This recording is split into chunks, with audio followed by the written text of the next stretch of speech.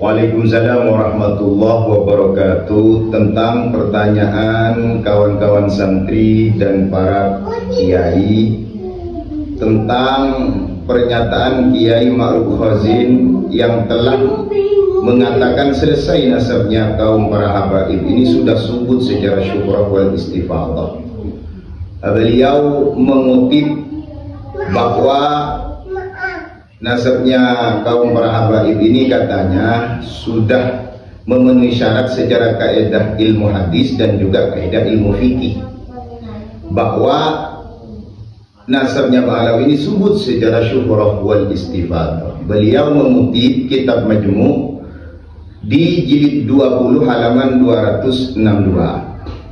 Padahal bunyinya seperti ini: fa in istafadha anna fulan ibnu fulan au anna fulan hashimiyun, anna fulanan hashimiyun au umumiyun, jaza ayyushhada bih.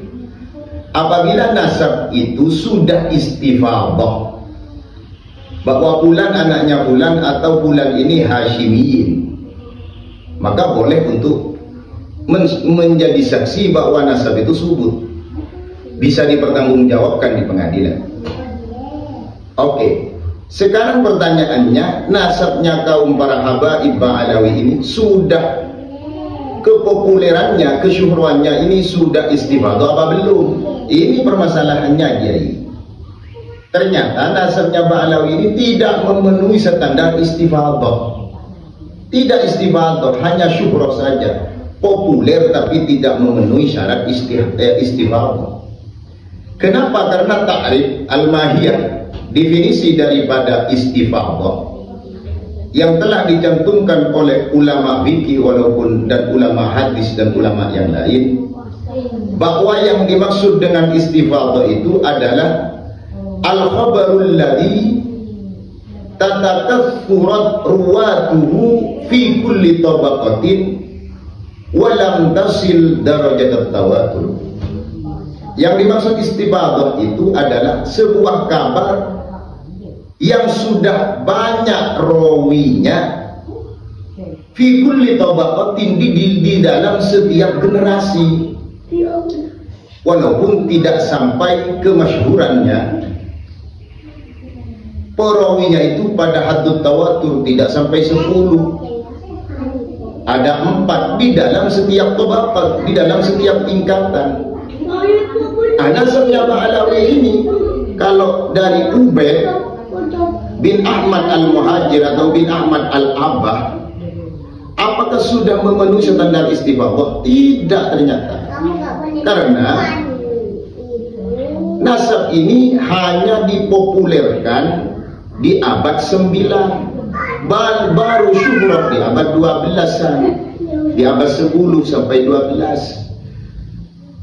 Begini, ternyata sebelum abad 19 tidak ada itu kabarnya, makanya itu putus riwayatnya selama 550 tahun. Itu yang disebut oleh ulama terdapat illah qadhihah jarihah. Karena terdapat illah qadhihah jarihah, maka kepopuleran nasabnya kaum para habaib ini tidak istifadah. Kalau tidak istifadah, ya tidak bisa untuk dijadikan syahadah. Sehingga di Rasail fi Ilmil Ansab di halaman 34 dikatakan al-ansab lil bashar kal asanid lil khabar. Nasab-nasab itu, nasab-nasab manusia itu bagaikan sanad di dalam khabar. Kalau mengutip kesyuhruan yang syarat dari istifadah itu, kesyuhruannya, kepopulerannya itu harus fi kulli tabaqatin. Ternyata di abad 4, 5, 6 ini tidak ada mengkotip. Oh, berarti nasabnya Ba'alawi kaum para habaib tidak memenuhi standar istifadah secara kajian ilmu usul dan secara kajian ilmu hadis. Terus kalau kita melacak kepada kajian ilmu fikih, maka kepopuleran itu katanya Imam Ar-Rawayani di dalam kitab Bahrul Madhab di halaman di jilid 20 halaman 134, di jilid 14 halaman 134 dikatakan ada 4 syarat untuk memenuhi standar kepopuleran itu masuk kepada istifadhah.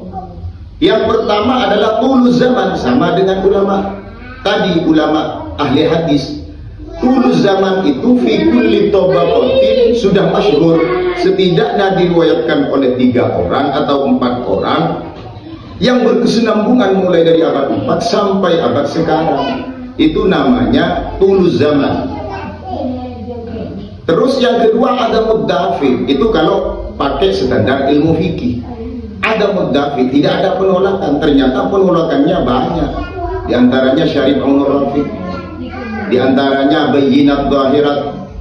Sehingga syuhra wal istifadhah itu di dalam Rasail fi ilmi al-ansab dikatakan intifa'ul mu'aradha fil umum wal khusus awil wasa'iq al-bayyinat.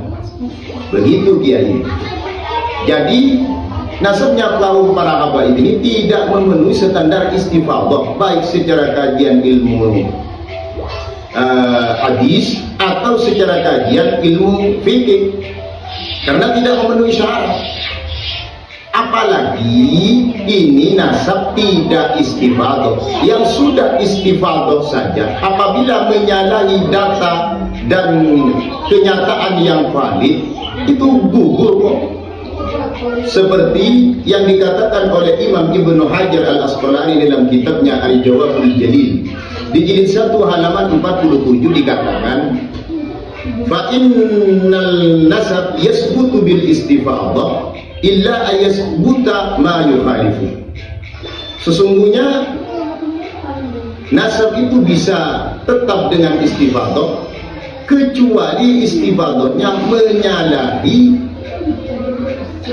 sesuatu fakta yang valid dan kenyataan yang bisa dibuktikan.